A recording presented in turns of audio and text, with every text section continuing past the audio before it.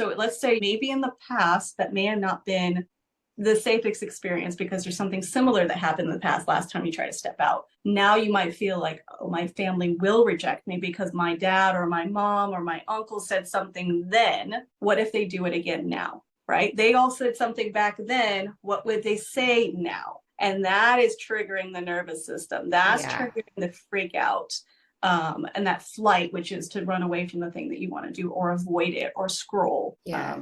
And one of the things that I love to do in that moment is be realistic. Like, that might happen. Your uncle might say that again. That thing that made you so hurt and so angry when he said it when you were younger, he might show up with that same dismissive attitude. We can't pretend like that's not going to happen. We have these fears for a reason. And so bringing them out and naming them and having safe people around you or having a therapist. I mean, hopefully we've developed friendships where we can have these conversations, but I know a lot of people are still working on that or haven't called in their people yet. But finding someone who can hold space while you, even your journal or you can voice memo some of these conversations, like, here's what I'm afraid is going to happen, because we need to be with the truth of that. Okay, that might happen.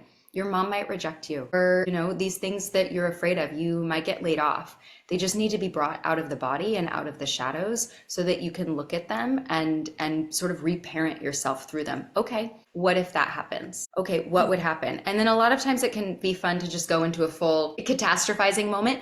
Then I would lose my house. Then I would blah, blah, blah. Then I let it go as far as that fear is going to possibly take you. And then you can usually work your way back, because usually there's a stop point in there that you go, well, if this happened, I would do this. I'm actually okay. And then the nervous system starts to feel a little more in the present moment. Okay, well, I have a plan for that. And then every time that fear comes up again, and it'll get less and less, you can just say, oh yeah, we already talked about that. Remember? Yeah, we have a plan for that. Okay. I think sometimes playing the worst case scenario in your mind can also remind you that you'll be okay.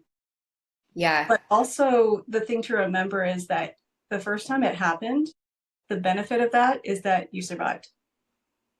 Okay, so yeah, they did say something. So in my case, like my father said something to me. I survived that. It wasn't comfortable. I held on to it. At the time, I didn't have the words. At the time, I didn't have the nervous system to handle the situation. But I survived it. And if it happened again, I would survive it again. And now the other possibility is, what if it never happens?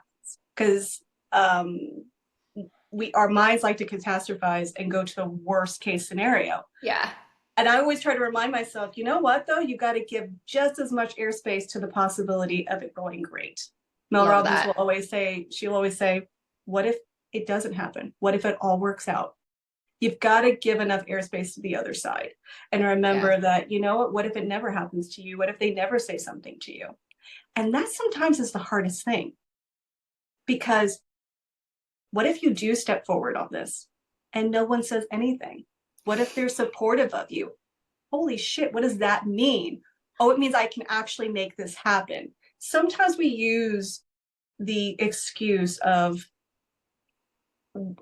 everybody not agreeing with it so that you can stay in the comfort zone of staying away from what it is calling you. Yes. Because if everybody supported you, what would that mean? Oh, that means stepping out of the comfort zone, stepping out of the familiar into the unfamiliar, and being really a new version of yourself, which is, of course, scary as well.